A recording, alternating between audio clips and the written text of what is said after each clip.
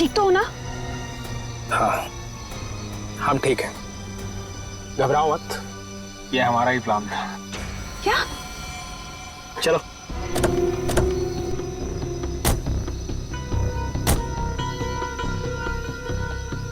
मीर का mobile phone रास्ते में कहीं फेंक देना, और ध्यान रहे जब तक हमें हमारा पैसा ना मिल जाए मीर बेहोश ही रहना चाहिए। ये लो नया सिम कार्ड। मीर के परिवार वालों से फिरौती की मांग इसी नंबर से करनी है।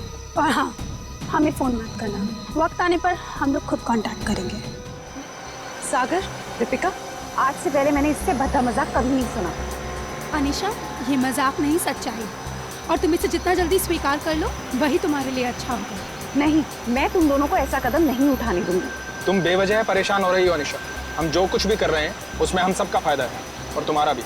सागर, नुकसान और फायदे से पहले सही और गलत के बारे में भी सोचना चाहिए। बस अनीशा, ये नैतिक विज्ञान का लेक्चर देके हमें बोर करना बंद करो, और तुम्हारा ये लेक्चर सुन के हम लोग अपना फैसला नहीं बदलेंगे। देख लेना, तुम दोनों बहुत पछताओगे। ओह नो, ये गाड़ी तो हमारी तरफ आ रही है। अब क्या करें?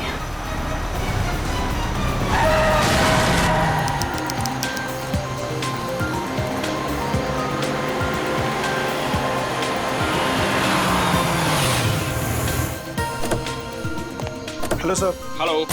Hello ma'am. सागर, क्या तुम मीर को अकेले ऊपर तक लेके जा पाओगे? पहले भी कई बार लेके गया हूँ। शराब पीने के बाद हमेशा ड्रामे करता है। ठीक है, तो मैं सोने जा रही हूँ, मुझे बहुत जोर की नींद आ रही है। अच्छा सुनो, सुबह जल्दी उठ के शादी में जाना है। Okay, good night. Good night. सुबह जल्दी मिलते हैं। सुनो, जल्दी आना, हमेशा की तरह लेट मत करना। ओके। सर, आपकी कुछ मदद करें? एक व्हील चेयर ले आओ। व्हीलचेयर की क्या जरूरत है सर? हम दोनों इन्हें ऊपर ले जाते। आपका कमरा नंबर 303 है ना? जितना बोला उतना करो ना। माफ करें सर, अभी लाए।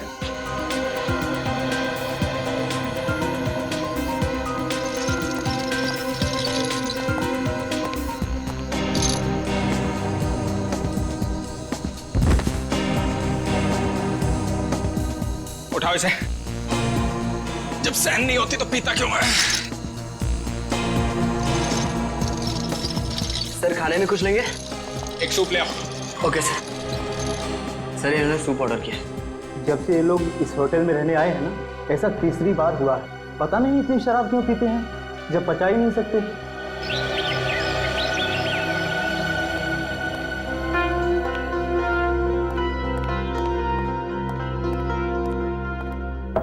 अगर साहब, मीर साहब, सर रूम सर्विस। साहब। क्या हुआ? दरवाजा नहीं खोल रहे? नहीं, देखना दोपहर हो गई है। लगता है इन्हें रूम की सफाई नहीं करवानी है। हो सकता है शायद सो रहे होंगे। सो रहे होंगे अब तक? हाँ, मैंने सुबह फोन भी किया था नाश्ते के ऑर्डर के लिए, लेकिन उन्होंने फोन नहीं उठाया। और आज तो उनको किसी शादी में भी जाना था सुबह। शादी में भी जाना था और अब तक सो भी रहे? मतलब जरूर कुछ गड़बड़। तुम यहीं रुको, मैं मैनेजर साहब को लेके आता हूँ। ठीक है। मैं दीपिका जी को। साहब, साहब, साहब, दरवाजा खोलिए। देखिए मैडम, दोनों में से कोई भी दरवाजा नहीं खोल रहा है। सागर, सागर दरवाजा खोलो। मीर, दरवाजा खोलो। सागर, हमें चिंता आ रही है, दरवाजा खोलो। मैम, मिस्टर मीर का तो समझ में आ रहा है, लेकिन सागर जी, वो तो कल रात नशे में भी नहीं थे। मैं फोन करती हूँ। फोन भी नहीं उठा रहे। मैम, अगर आप इजाजत है तो मैं मास्टर की से दरवाजा खोल सकता हूँ। हाँ प्लीज।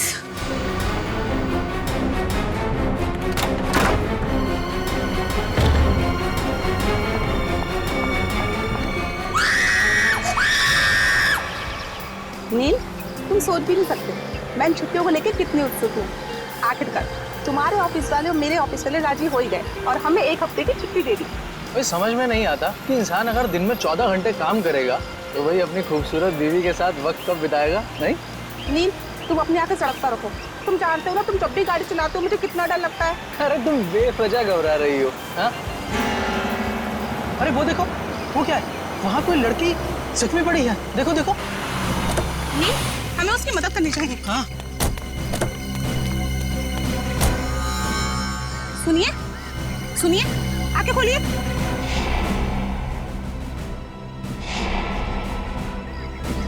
आप ठीक तो हैं? मैं पानी लेकर आता हूँ।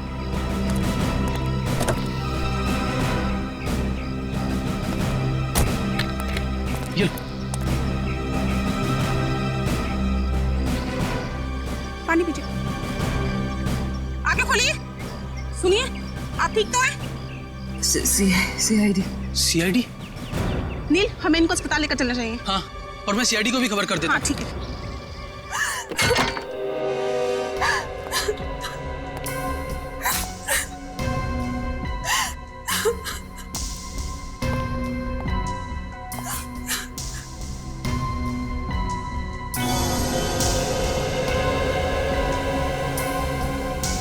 एसी भी ऑन है और खिड़की भी खुली है।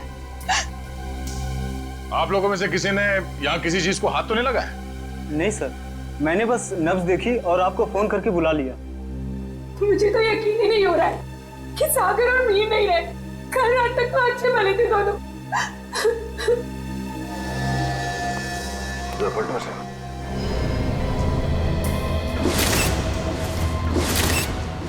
ये देखो फ्रेडी, मीर का खून गला घोट के किया गया है। हाँ सर, गले पे लाल निशान साफ साफ दिख रहा है। निशान देख के लगता है कि नायलॉन के रस्सी से गला घोटा गया इसका।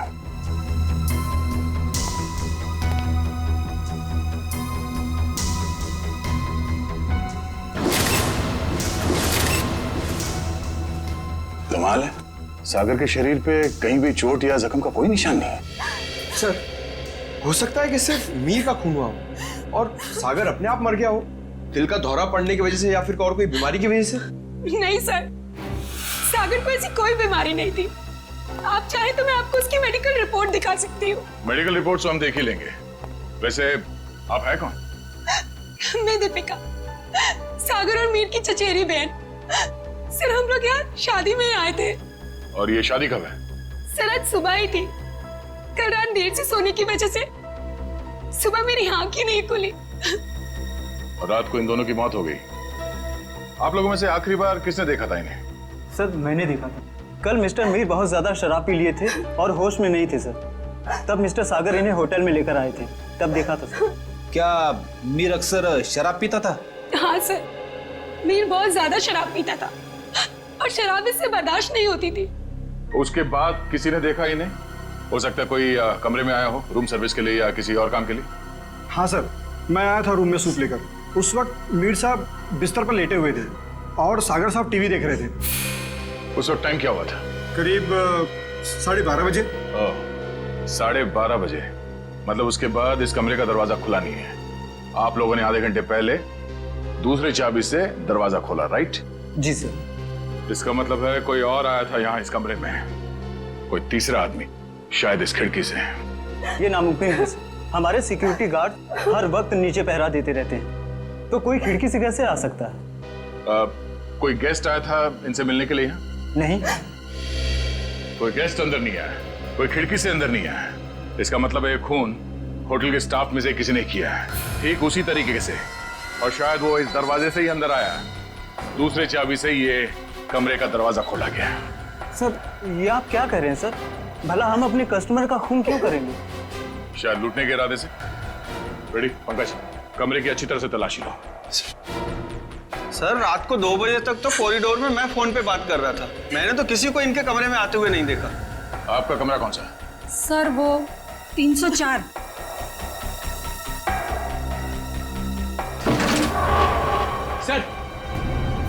सर, इस ड्रॉर में पैसे मिले सर। पैसे? ओह, मतलब ये खून पैसों के लिए नहीं किया गया। और कमरे की हालत भी एकदम दुरुस्त है, ऐसा लगता नहीं है कि कोई हाथापाई हुई यहाँ पे। हाँ सर, अगर कोई बाहर वाला आदमी होता तो अपनी जान बचाने के लिए इन्होंने हाथापाई तो की होती। इसका मतलब ये है कि जो कोई भी था वो जान पहचान वाला ही था। क्यों दीपिका जी? सर, आप मुझ पे शक कर रहे हैं? नहीं नहीं, मैं तो सिर्फ कह रहा हूँ कि इस कमरे के अंदर क्या हुआ किसी को नहीं मालूम, एक पहेली है। सर, मोबाइल फोन मिला है। सर, ये तो सागर का फोन है। सागर का फोन? और मीर का फोन मिला? नहीं। मीर का फोन? सर, पता नहीं कहाँ है। कोई बात नहीं, हम पता लगा लेंगे। बड़ी पंकज, आसपास दूसरे कमरों की भी तलाशी लो और यहाँ पे जितने उंगलियों के निशान मिलते हैं सब उठा लो। हेलो? हाँ, क्या? कहाँ पे? एक्सक्यूज मी, ये वार्ड नंबर 3 का है? उस तरफ। इस तरफ।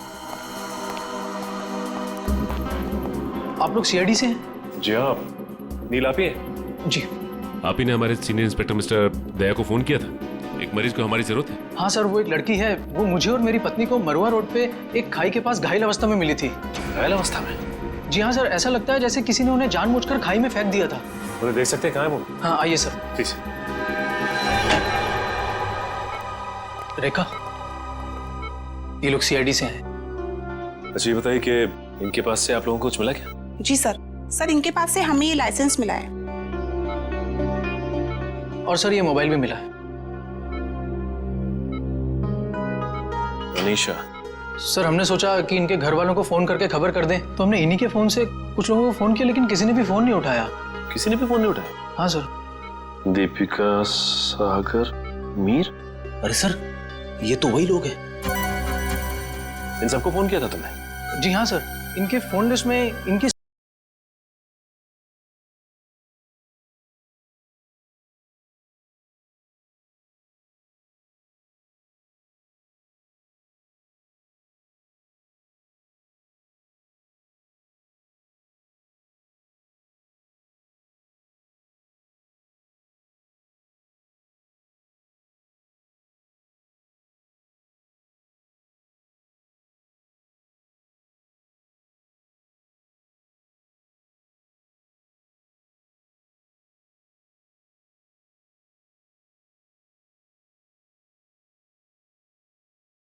मेरे भाई बहन है, पर उन्होंने उसके साथ क्या किया?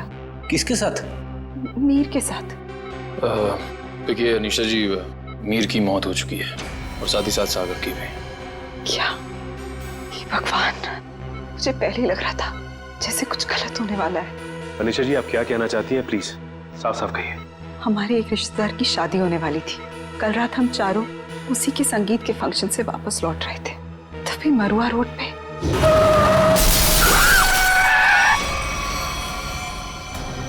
तुम दोनों ठीक तो हो ना? हाँ, हम ठीक हैं। घबराओ मत, ये हमारा ही प्लान था।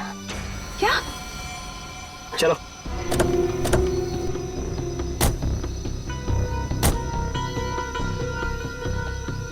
मीर का मोबाइल फोन रास्ते में कहीं फेंक देना, और ध्यान रहे जब तक हमें हमारा पैसा ना मिल जाए मीर बेहोश ही रहना चाहिए। ये लो नया सिम कार्ड। मीर के परिवार वालों से फिरौती की मांग इसी नंबर से करनी है। और हाँ, हमें फोन मत करना, वक्त आने पर हम लोग खुद कांटेक्ट करेंगे। नहीं, मैं तुम दोनों को ऐसा कुछ नहीं करने दूंगी। मीर हमारा चचेरा भाई है। अनीशा, तुम हमारे प्लान में दखल अंदाजी मत करो, वरना क्या? मीर को हम बाद में खुद देख लेंगे, पहले तुम इसको ठिकाने लगाओ। ये क्या कर रही हो तुम मेरे साथ? दीपिका, तुम मेरे साथ ऐसा कैसे कर सकती हो? दीपिका और सागर पैसों के लिए कुछ भी कर सकते हैं। छोड़ो मुझे। ओह, तो मतलब दीपिका और सागर अपने चचेरे भाई मीर को अगवा करना चाहते थे? हाँ सर, अगर ये बात मुझे पहले पता होती कि उनके दिमाग में ऐसी कोई खिचड़ी पक रही है तो मैं मीर को पहले ही सावधान कर देती। लेकिन मैं भी फंस गई बेवजह उनके प्लान में, और जब मैंने उनका साथ देने से इनकार कर दिया तो उन्होंने मुझे चलती गाड़ी से नीचे खाई में फेंक दिया। क्या जमाना आ गया है? रिश्तेदार एक दूसरे के साथ ऐसी घिनौनी हरकत कर सकते हैं? वो तो अच्छा हुआ, वहाँ एक पेड़ की वजह से मैं खाई में नीचे गिरते गिरते बच गई, वरना मैं भी मीर के साथ मारी जाती। मगर सागर की मौत कैसे हुई? इसी का पता हम भी लगा रहे हैं। सर, लगता है दीपिका इस पूरे जुर्म में मिली हुई है। उसी ने होटल के कमरे में जाके दोनों को मार दिया। वही तो, तभी तो उसने हमें अनीशा जी के बारे में भी नहीं बताया। लेकिन वो मीर को मारेंगे क्यों? वो तो सिर्फ उससे पैसे चाहते थे। तभी तो वहां पे उन्होंने कुछ गुंडों को भी बुलाया था, जिससे कि मीर को पता ना चल पाए कि उसे अगवा किया किसने। हो सकता है सागर और दीपिका के बीच में पैसे के बंटवारे को लेके लड़ाई झगड़ा हो, और इसीलिए वो लोग अपने प्लान में कामयाब नहीं हो सके। हेलो पंकज, हमें शक है कि मीर और सागर के खून में दीपिका का हाथ है। एक काम करो, उसे जल्द से जल्द अरेस्ट कर लो। क्या दीपिका भाग गई? ठीक है। दीपिका होटल से भाग गई? हाँ फ्रेडी, दीपिका भाग गई। अनीशा जी, इस केस को सॉल्व करने में हमें आपकी मदद चाहिए। जरूर सर, मैं आपकी मदद करने के लिए तैयार हूँ। क्या बात है डॉक्टर साहब, बड़ी मेहनत हो रही है। आपकी डॉक्टर तारिका वो तो चली गई छुट्टी लेकर के, और दो दो लाशों का बोझ मेरे कंधों पर। अरे सर, तारिका जी को थोड़ी ना मालूम था कि ऐसा केस आने वाला है, और वैसे भी उन्होंने पहले से आपसे छुट्टी ली थी और सारी टिकट वगैरह पहले से ही बुक हो चुकी थी। हाँ सर, अभिजीत ने खुद लाइन में लगकर टिकट की बुकिंग करवाई थी तारिका जी के लिए। हाँ है ना? अरे यार, ये राज की बात है तो सबके सामने। हाँ सालुंखे, अब तक तो तूने मेरे होनर ऑफिसर्स को बता ही दिया होगा कि मौत हुई कैसे। बस आपके ये होनहार ऑफिसर, इन्हें किसी और चीज से फुर्सत मिले तो लाश की बात करें ना। देखिए सर, हम लोग यहाँ सिर्फ लाश की बातें ही करने आए हैं। Oh, really? जी बताइए बताइए। बस इस मीर की मौत हुई है गला दबाने की वजह से। किसी ने बहुत ही होशियारी के साथ इसकी जैगुलर वेन को दबा दिया और तोड़ दिया, और ये काम किसी एक्सपर्ट का है। वो अच्छी तरह से जानता है कि गले के कौन से हिस्से को दबाने से जल्दी से मौत हो जाएगी। मीर ने शराब भी पी रखी थी ना? शराब भी पी रखी थी, और मीर के खून में मुझे एक ड्रग मिली, डोडीन नाम की ड्रग, जो इंसान को बहुत गहरी नींद में सुला देती है। जब इस मीर का खून हो रहा होगा ना, इसे पता भी नहीं चला होगा। ये मीर होटल जाने से पहले संगीत के फंक्शन में गया था, शायद वहीं किसी ने इसे ये ड्रग दी होगी। नहीं, मीर की मौत हुई कब? मीर की मौत हुई है लगभग 16 घंटे पहले। 16 घंटे पहले? मतलब जब सागर मीर को व्हील चेयर के ऊपर बिठाकर होटल के अंदर ले जा रहा था, तब तक ये मीर मर चुका था? बिल्कुल दया। इनफैक्ट सागर मीर को नहीं, मीर की लाश को कमरे में ले जा रहा था। तो फिर सागर की मौत कब हुई? सागर की मौत हुई है मीर की मौत के ठीक 12 घंटे के बाद, और सागर की बॉडी पर कहीं किसी किस्म की चोट के निशान नहीं है। तो फिर इसकी मौत हुई कैसे सालुंखे? इसकी मौत हुई है सफोकेशन की वजह से। किसी वजह से इसका दम घुट गया, ऑक्सीजन ने इसके फेफड़ों में जाना बंद कर दिया, और इसी वजह से सागर की मौत हो गई। पर सर, सागर का दम घुटा कैसे? ये पता लगाना भी बाकी है, लेकिन हाँ, फिलहाल मैं आप लोगों को एक बहुत अहम सुराग दे सकता हूँ। क्या क्या सुराग? एक मिनट।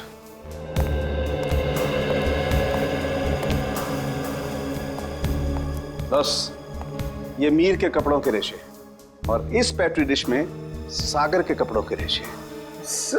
ये कैसा सुराग है डॉक्टर? मेरी तो कुछ समझ में नहीं आ रहा है। बेटा, पहले बड़ों की बात अच्छी तरह से सुन लेनी चाहिए, फिर समझ में आएगा। हाँ, बस मीर के कपड़ों के रेशे मुझे सागर के कपड़ों के पीछे के हिस्से पर मिले, और सागर के कपड़े के रेशे मुझे मीर के कपड़े के आगे के हिस्से पर मिले। क्या क्या क्या क्या? मीर की शर्ट के रेशे सागर की शर्ट की पीठ की तरफ, और सागर की शर्ट के रेशे मीर की शर्ट पे आगे की तरफ। आप हमें सुराग दे रहे हैं या हमारी उलझनों को और बड़ा कर रहे हैं? अभिजीत, हर बंद ताले को खुलने के बाद एक नए सुराग का दरवाजा खुलता है। फिलहाल इस ताले की चाबी ढूंढनी है। ये पता लगाना है कि इन दोनों के कपड़ों के रेशे एक दूसरे के कपड़ों पर आए तो आए कैसे। पता लगा लेंगे सालुंखे। जब तूने इतना सब पता लगा लिया है तो फिर इसके आगे का हम पता लगा ही लेंगे। सर, उस दीपिका का कुछ पता नहीं चल रहा है सर। वो ना तो अपने घर गई, ना कोई सहेली के पास, और तो और सर, उसने अपना फोन होटल के बाहर ही कहीं फेंक दिया ताकि हम लोग उसका पीछा ना कर सके। इसका एक ही मतलब हो सकता है कि दीपिका का कोई ना कोई संबंध जरूर है मीर के खून के साथ, इसीलिए तो वो गायब हो गई। सर, अगर ऐसी बात है तो दीपिका को पहले ही गायब हो जाना चाहिए था। वो हमसे मिली क्यों? शायद उसे ये पता नहीं था कि सागर की भी मौत हो जाएगी, और जैसे सागर की मौत होगी सारी बाजी पलट गई।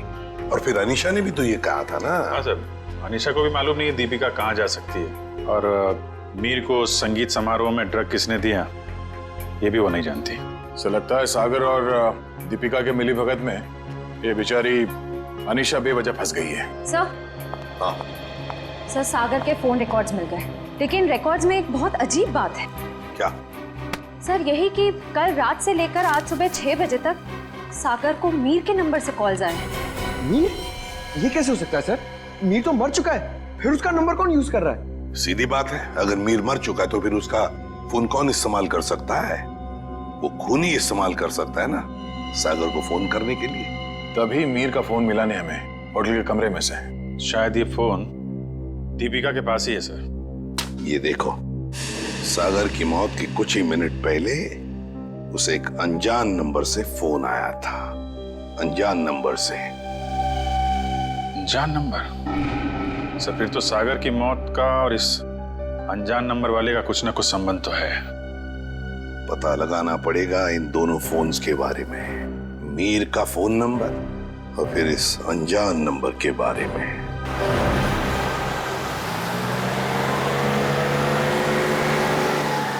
बस आप अपनी गाड़ी रोक दीजिए।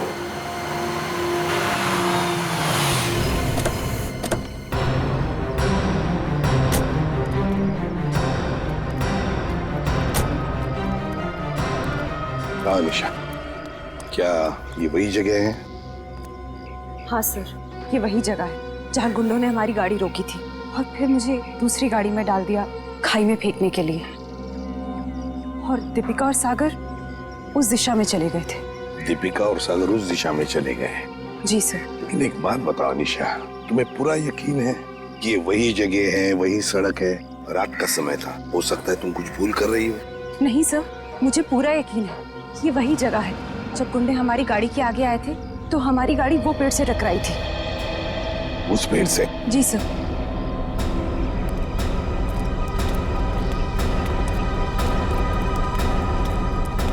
सर यहाँ पे गाड़ी के टायर के निशान भी हैं। हाँ, जैसे ब्रेक लगा है। और सर हाँ, यहाँ पे दूसरी गाड़ी भी थी, उसके टायर के भी निशान है यहाँ पे। हाँ है तो सही, दूसरी गाड़ी के ही निशान है।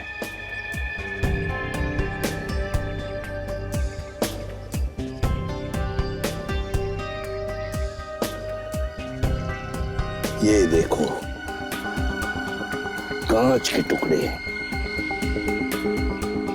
कांच के टुकड़े। सर शायद मीर और दीपिका की गाड़ी के होंगे। हाँ हो सकता है। लेकिन सर, उनकी गाड़ी जब होटल में आई थी तो सही सलामत थी।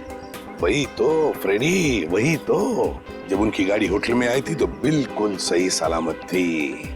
जरूर गाड़ी की मरम्मत की गई होगी, क्योंकि जब हमने गाड़ी होटल पर देखी तो बिल्कुल वैसे के वैसे थी जैसे कुछ भी नहीं हुआ था उस गाड़ी को। ये कुछ और ही चक्कर है।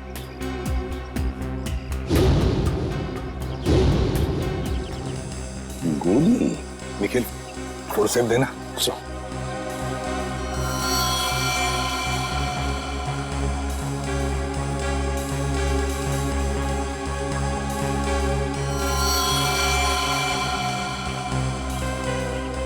गोली चली है यहाँ पर।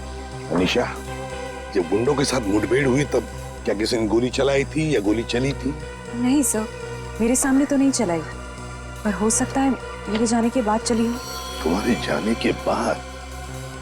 अनिशा के जाने के बाद गोली चली थी?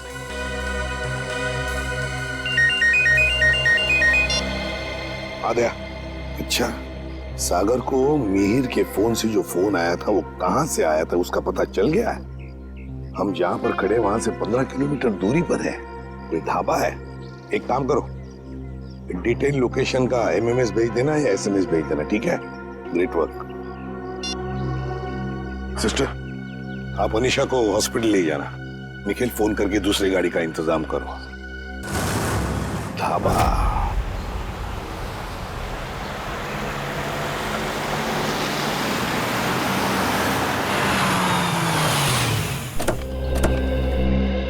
ये है वो प्रकाश ढाबा, यहाँ से किया गया था सागर को फोन। आइए आइए साहब, क्या खिलाऊं आपको? दाल मखनी, कढ़ाई पनीर या फिर सरसों का साग?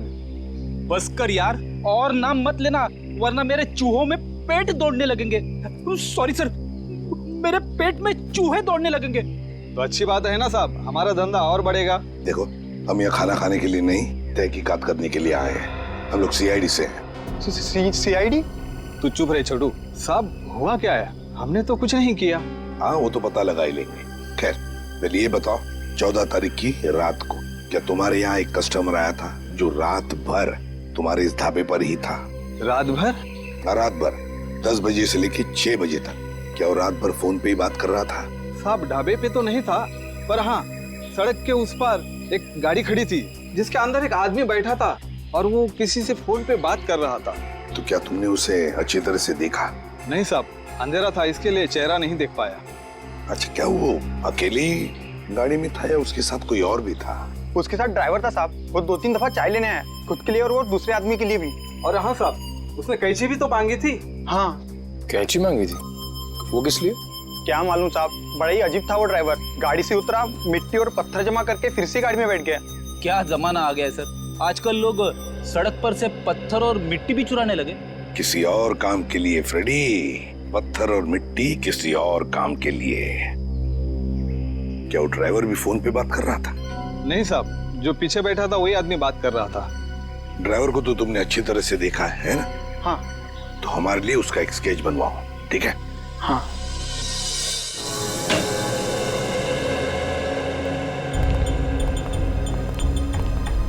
ये है वो उलझी हुई पहली डॉट साहब। मीर की लाश यहाँ पड़ी थी, सागर की वहाँ। मीर की मौत 7:30 बजे हुई थी और सागर की उसके 12 घंटे के बाद, है ना? और मीर की मौत की वजह है नायलॉन की रस्सी से गला दबाना, सागर की मौत की वजह है दम घुटना। पर अभिजीत, कमरे में कोई तीसरा आदमी था नहीं, क्योंकि कमरे का दरवाजा अंदर से बंद था।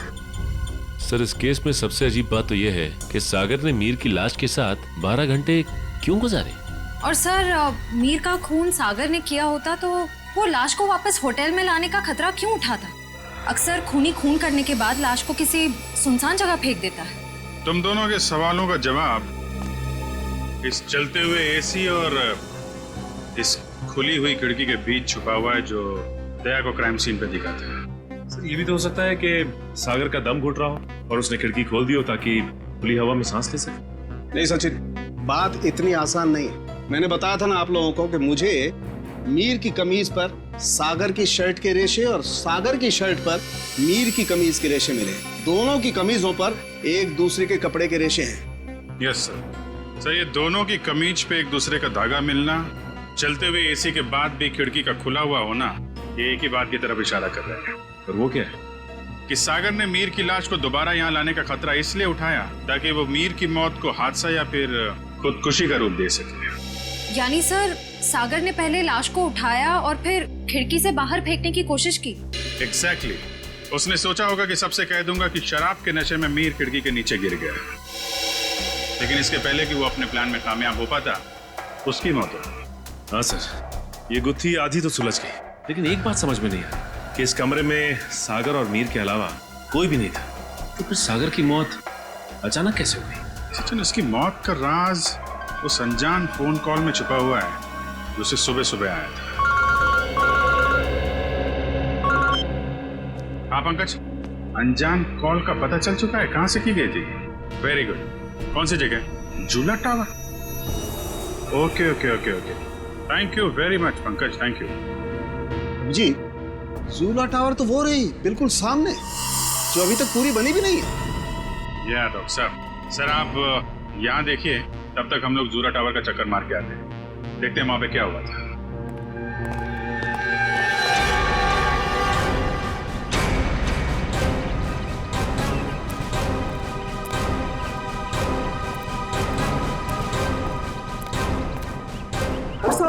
कौन है आप लोग?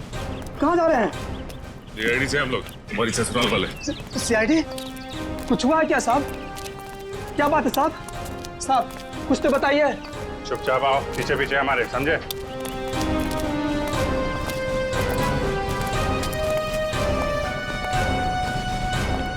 ये देखो, यहाँ से कमरा नंबर 303 बिल्कुल साफ साफ दिख रहा है।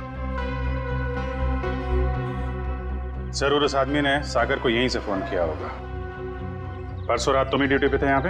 हाँ साहब, मैं तो हर रात यहाँ ड्यूटी पर ही रहता हूँ। तो जरा ठीक से याद करके बताओ, परसों रात यहाँ पे कोई अजनबी आया था इस बिल्डिंग में? साहब कुछ कॉलेज के बच्चे थे, कह रहे थे किसी पिक्चर की शूटिंग करनी है।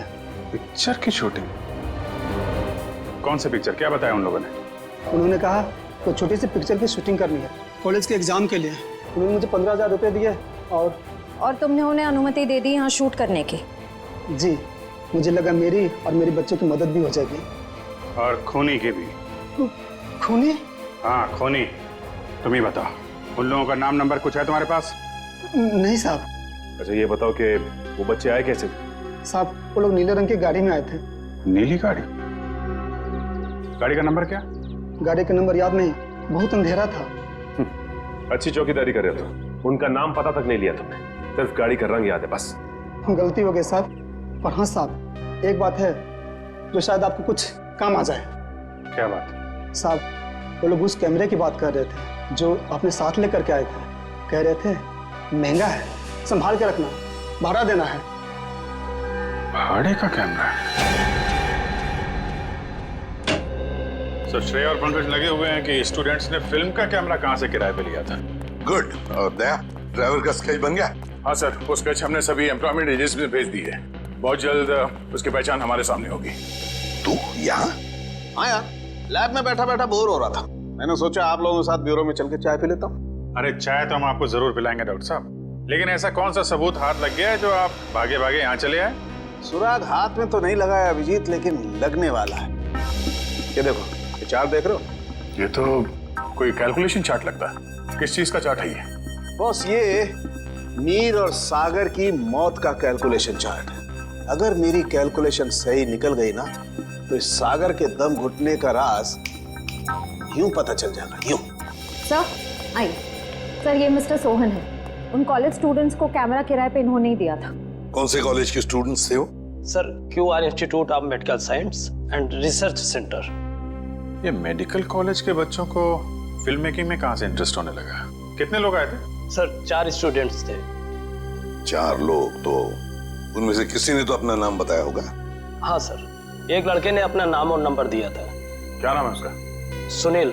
सर, नंबर बंद आ रहा है उसका, रास्ते भर ट्राई कर रहा था मैं। जरूर इस मेडिकल स्टूडेंट में से कोई है जो इन दोनों पर नजर रख रहा था, मीर और सागर पर। हाँ सर, और सुबह जिस प्राइवेट नंबर से सागर को फोन आया था वो भी इनमें से किसी ने किया होगा। बस इस मेडिकल कॉलेज में जाकर इन स्टूडेंट्स से मिलो, जरूर कोई ना कोई सुराग तो मिलेगा ही मिलेगा। हेलो, ड्राइवर का पता चल गया? कहाँ रहता है वो?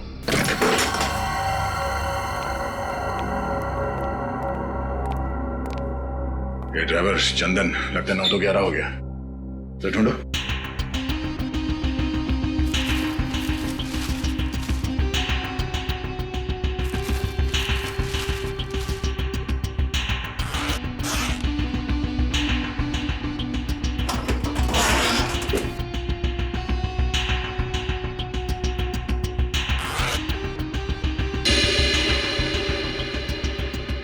पंकज, पैसों का बैग तो यहीं पे है। पैसों का बैग, इसका मतलब वो शहर छोड़ के भागा नहीं है। पैसे लेने जरूर वापस आएगा। अरे भाई साहब, जी साहब, इधर आना। जी साहब, अरे ये चंदन कहाँ गया, कुछ पता है क्या? गाड़ी तो यही है, यही कहीं होगा। ठीक है, आप जाइए। कहीं ये वही गाड़ी तो नहीं जिसे ढाबे वाले ने देखा था? चलो देखते हैं।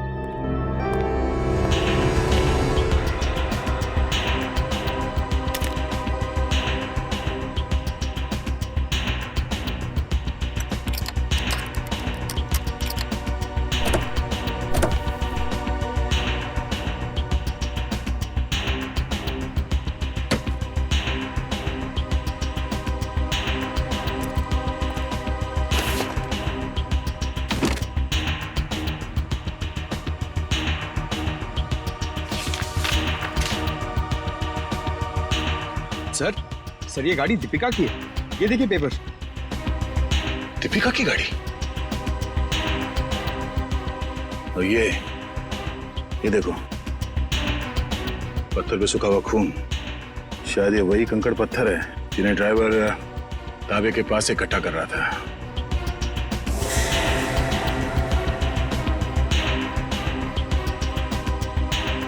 और ये कैंची भी किस चीज के लिए इस्तेमाल किया होगा उसने?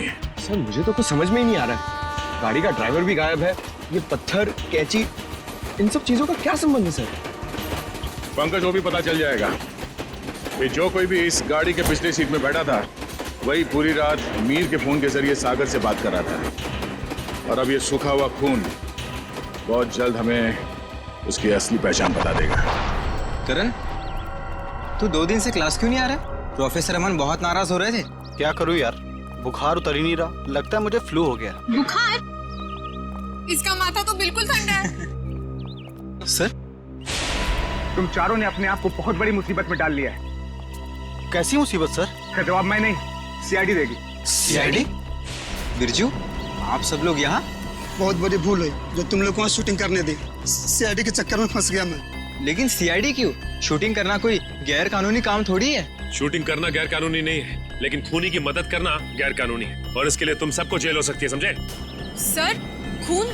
हमने किसी खूनी की मदद नहीं की सर। जिस वक्त तुम लोग बिल्डिंग में शूटिंग कर रहे थे, उसी वक्त बिल्डिंग के सामने वाले होटल रॉयल मून में एक जुर्म को अंजाम दिया जा रहा था, और इस काम में तुम में से किसी ने खूनी की मदद की है। नहीं सर, हम ऐसा क्यों करेंगे? हम स्टूडेंट्स हैं, हम डॉक्टरी की पढ़ाई कर रहे हैं, और ऐसा कुछ करके हम हमारा भविष्य अंधकार में क्यों डालेंगे? इसका पता तो अभी चल जाएगा। अच्छा ये बताओ कि जिस वक्त शूटिंग चल रही थी, तुम में से कोई कुछ वक्त के लिए बाहर गया था क्या? हाँ सर, करण गया था ऊपर वाले फ्लोर पे अपनी डायलॉग्स याद करने के लिए। यार अंकित, मुझे क्यों फंसा रहा है? यार मैं तुझे फंसा नहीं रहा हूँ, सिर्फ सच बता रहा हूँ। तो अपना हैंडीकैम भी लेकर गया था अपना परफॉर्मेंस रिकॉर्ड करने के लिए। हाँ सर, हैंडीकैम लेकर गया था, लेकिन जब वो वापस आया उसमें कोई वीडियो नहीं था। यार वो गलती से डिलीट हो गया था। देखो करण, झूठ मत बोलो, क्योंकि एक झूठ को छुपाने के लिए तुम 100 झूठ बोलोगे, लेकिन ये तुम सीआईडी के सामने नहीं कर सकते, समझे? इसलिए तुम्हारी भलाई इसी में है कि सब कुछ सच सच बताओ। बोलो। ये ठीक कह रहे हैं, जो कुछ भी हुआ है करण सच सच बता दो। सर, मुझे डर था कि मेरी अटेंडेंस कम होने की वजह से मैं एग्जाम में फेल हो जाऊंगा। तभी अचानक मुझे किसी ने एक दिन चिट्ठी भेजी, और साथ में एक सिम कार्ड भी। उस चिट्ठी में लिखा था कि उस होटल के कमरे में जो भी कुछ हो रहा है उसकी लाइव फीड रिकॉर्ड करके मैं उसे दूं, और साथ में उसे फोन भी करूं, तो वो मुझे फेल होने से बचा लेगा। तो सर मैंने वैसा ही किया। मतलब अगर तुम उस जुर्म का आंखों देखा हाल भेजते और उस आदमी को यानी कि सागर को फोन करते, तो तुम परीक्षा में पास हो जाते। जी सर। तुम्हारे साथ बहुत गलत हुआ है, किसी ने तुम्हारे साथ गंदा मजाक किया है और तुम उसके बहकावे में आ गए। वो खत जिसने लिखा था वो तो बच नहीं पाएगा। वैसे इस लेटर में और क्या लिखा था? उस चिट्ठी में लिखा था कि जैसे ही सागर उस आदमी को खिड़की तक लाए तो मैं सागर को फोन करूं, और 5 बार घंटी बजते ही मैं वहां से चला जाऊं। तुम ऐसा कैसे कर सकते हो करण? पास होने के लिए तुम किसी की खून करने में मदद करो? शर्मनाक है ये, शर्मनाक। यार मैं इस बात के लिए पहले से ही शर्मिंदा हूँ। तुम्हें इस बात की शर्मिंदगी होनी भी चाहिए, समझे? अच्छा फिर फोन करने के बाद क्या हुआ? सागर ने मेरा फोन उठाया नहीं, बस वो अचानक वहीं खड़ा रहा। मैंने फोन किया, 5 बार घंटी बजी, उसके बाद फोन काटकर मैं वहां से चला गया। ठीक है, देखो ये सारी बात हम लोगों के बीच में रहे, क्योंकि मैं नहीं चाहता कि अगर खूनी हमारे आसपास है तो उसे इस बात की भनक भी लगे। मैं समझ सकता हूँ सर। और करण, तुम्हें हमारे साथ चलना होगा होटल रॉयल मून में, जहाँ क्राइम हुआ है। करण, अब बताओ, सागर और मीर एग्जैक्टली कहाँ पे खड़े हुए थे? यहाँ पर सर। मीर सागर के कंधों पर झूल रहा था। और तुमने सुबह 6 बजे के करीब उनको फोन किया? जी सर। करण, ये समझो कि तुम सागर हो और इंस्पेक्टर सचिन मीर है। ठीक से याद करके बताओ कि सागर ने मीर को कैसे उठा रखा? आप अपनी बाजू यहाँ पर रखिए। इसे? यस सर, और अपनी मुट्ठी बंद कर लीजिए। लो, बंद किया? जी। ओह, तो इसका मतलब मीर के हाथ सागर के कंधों पे नहीं बल्कि गर्दन के पास थे। जी सर। इस तरह से? जी। और फिर तुम्हारे फोन करने के बाद क्या हुआ? मुझे कहा गया था कि फोन का रिंग 5 बार बजने के बाद तुम वहां से चले जाना। फोन तो बजा पर फोन सागर ने उठाया नहीं। उठाता कैसे भैया? उस वक्त तो मीर सागर का खून कर रहा था। मीर सागर का खून कर रहा था? सर ये कैसे मुमकिन है? मीर तो खुद एक लाश था। तो तुमसे किसने कहा श्रेया की लाश खून नहीं कर सकती? सालुंके साहब, आप भी फ्रेडी की तरह। 1 मिनट सचिन, मैं कोई आत्मा की बात नहीं कर रहा हूँ, मैं साइंस की बात कर रहा हूँ। मैं रिगर मोर्टिस की बात कर रहा हूँ। याद है अभिजीत, कुछ सालों पहले भी ऐसा ही केस हुआ था। तुम पूछना अपने एसीपी साहब से, उस केस में एक लाश ने एक आदमी को गोली मारी थी।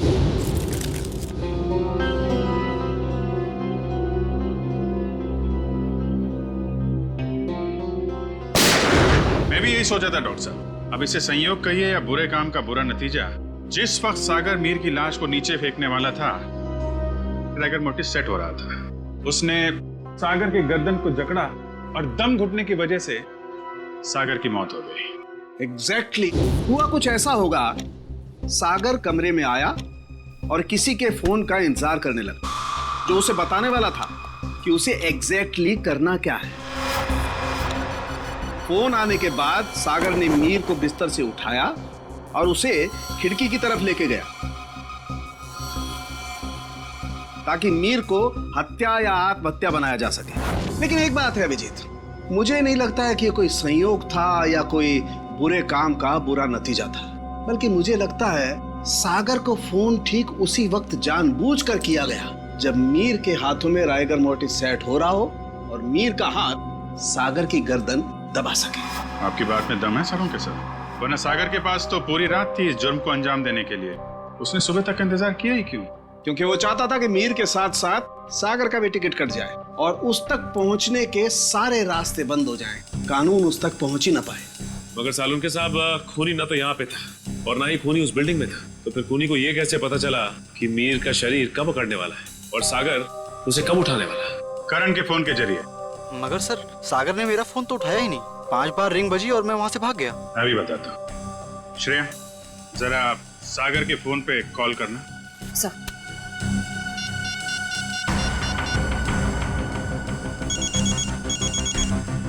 ठीक है। सचिन, अब जरा तुम कॉल करना।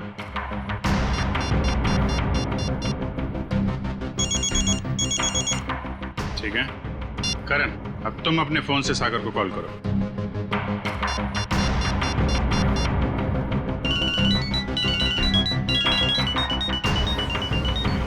ये क्या सर, मेरे फोन करने पर अलग तरह की रिंग बजी?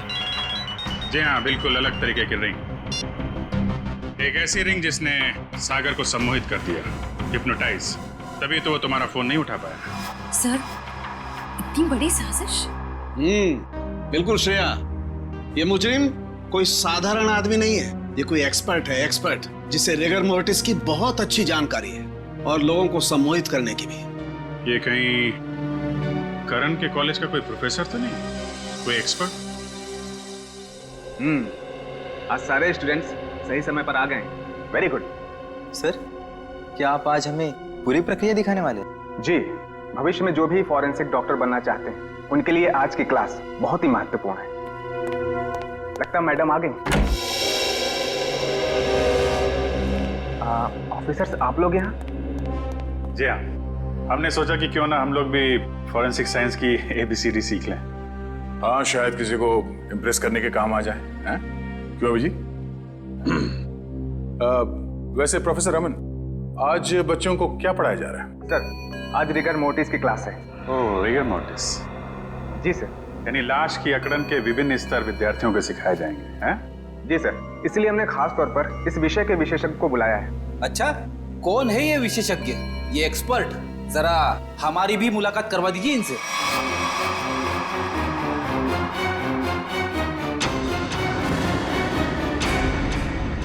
अरे फ्रेडी, विशेषज्ञ को नहीं पहचाना तुमने? हैं? प्रोफेसर अनीशा, जरा इनका खिला खिला चेहरा देखिए। ऐसी मुस्कान है इनके चेहरे पे जैसे मुजरिमों को तब होती है जब उन्हें गलतफहमी हो जाती है कि वो CID से बच गया। क्यों? ये कैसी बातें कर रहे हैं आप? वैसे खून की प्लानिंग तो वाकई बहुत सोच समझ के की थी आपने, मगर एक गलती कर दी, CID को हल्के में आंक लिया। क्या बकवास कर रहे हैं आप लोग? मैंने कोई खून नहीं किया है, मैं तो खुद घायल हूँ। उन्होंने मुझे खाई में फेंक दिया था। क्या भूल गए हैं आप लोग? हम कुछ नहीं भूले, शायद आपकी याददाश्त कमजोर है। क्या मतलब? मतलब यह कि आपको खाई में फेंका नहीं गया था, आप खुद उतरी थी वहां पे। आपके शरीर पे ये जो जख्म है, चोट के निशान है, ये खुद आपने बनाए हैं। क्या सबूत है ये निशान मैंने बनाए हैं? वैसे हम जानते हैं कि फॉरेंसिक डॉक्टर होने का फायदा उठाकर आपने इस केस में ज्यादा सुराग नहीं छोड़े, पर उस कार को साफ करना भूल गई आप। पत्थर पे जो खून मिला है और कैंची पे जो उंगलियों के निशान है वो आपके हैं अनीशा जी। हमारे पास काफी सबूत हैं आपको अदालत में खूनी साबित करने के लिए। बाहर जाने के सभी दरवाजे बंद हो चुके हैं अनीशा जी, अब सिर्फ जेल का दरवाजा आपका इंतजार कर रहा है। अब बताइए क्यों किया आपने ये सब? दीपिका और सागर ने प्लान बनाया था, मीर को किडनैप कर लेंगे और बदले में उसके ट्रस्ट से ढेर सारा पैसा मांगेंगे। उन्हें नहीं पता था कि मुझे उनके प्लान के बारे में सब कुछ पता लग गया है और बदले में उनके खिलाफ में एक और प्लान बना रही थी जो उनके प्लान से कई ज्यादा खतरनाक था। और उस ड्राइवर और दीपिका का क्या किया तुमने? दोनों को मारकर जंगल में फेंक दिया नीलगंज के। शर्म आनी चाहिए तुम्हें। एक फॉरेंसिक डॉक्टर का फर्ज होता है कि वो समाज से जुर्म को मिटाने में कानून का साथ दे, खूनियों को पकड़ने में मदद करे। लेकिन तुमने अपनी शिक्षा का गलत इस्तेमाल किया है, खुद एक अपराधी बन गई। ऐसे घिनौने अपराध की सिर्फ एक ही सजा है, फांसी।